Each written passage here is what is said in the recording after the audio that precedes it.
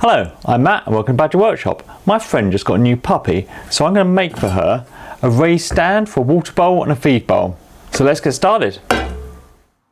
I purchased a couple of stainless steel dog bowls online, and going through the scrap pile I managed to find a bit of wood that was almost the perfect size to mount them in.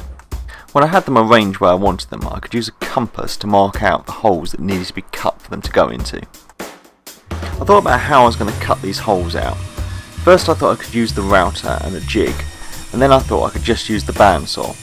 So first I ripped the board in half, then I was left with 4 semicircles which were much easier to cut out on the bandsaw. I had this sanding attachment for the drill press which did a great job of cleaning up the edges, even though it did make a lot of dust.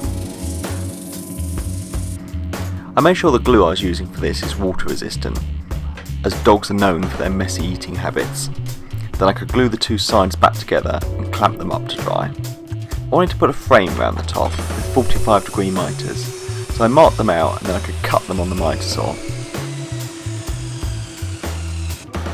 The frame just gets attached with a bead of glue, and then I can put some brad nails in to hold it in place.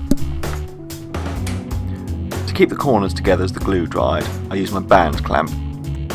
The stand's going to be on legs, and I needed to cut 2 bits for each leg, so I set up a stop block to make the 8 cuts. I've done quite a lot of research online on what height this needed to be for the breed of dog, so at the moment it's probably a bit tall for the puppy, but I didn't want to have to make another one when it's fully grown. I wanted the legs to have a taper to them, so I marked out on the first one what I wanted the angle to be. I cut the first angle out just by eye, following the line.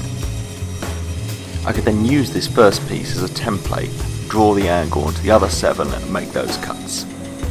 My cutting's never perfect, so I mounted the legs together in the vise and then I could sand them all down to the same level.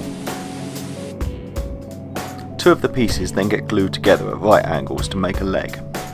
This is where I hadn't thought it through properly, as when you glue the 2 pieces together it makes one side longer than the other, as I should have trimmed off the thickness of the piece of wood from one piece. Hopefully the dog would be too busy eating to notice my mistake. I glued my misshapen legs into each corner, and then to hold them in place I whacked in a couple of brad nails.